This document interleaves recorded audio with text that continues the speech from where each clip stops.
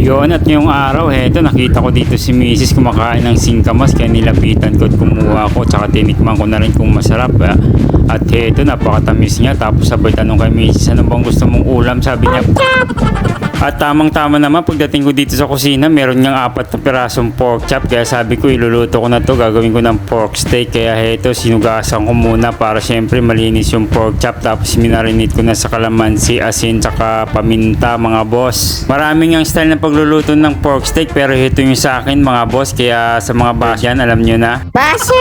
Kala mo naman may basher talaga, no? Pero hindi, joke lang. Pero sa totoo lang, kanya-kanya naman talagang style ng pagluluto yan. Kasi depende naman yan sa panlasa mo. So heto na nga, naghiwa na ako dito ng puting sibuyas para i-toppings natin mamaya sa pork chop.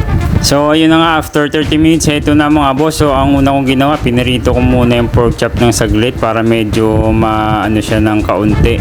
Ma-fry siya ng kaunti. Fry nga, prito nga ano. Yan, medyo masunog-sunog para manuot yung lasa ng marinade natin. Pagkatapos tinanggal ko lang yan tinanggal ko yung mantika dyan mga boss.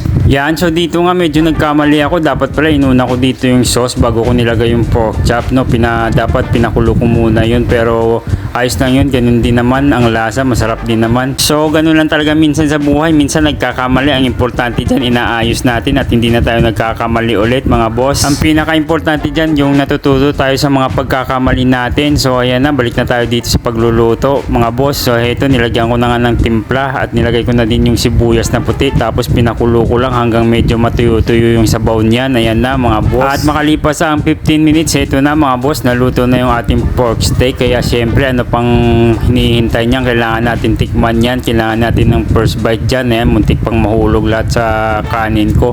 Kaya heto, titikman na natin first bite mga boss. Ayan, napakasarap, sabaw pa lang ulam na.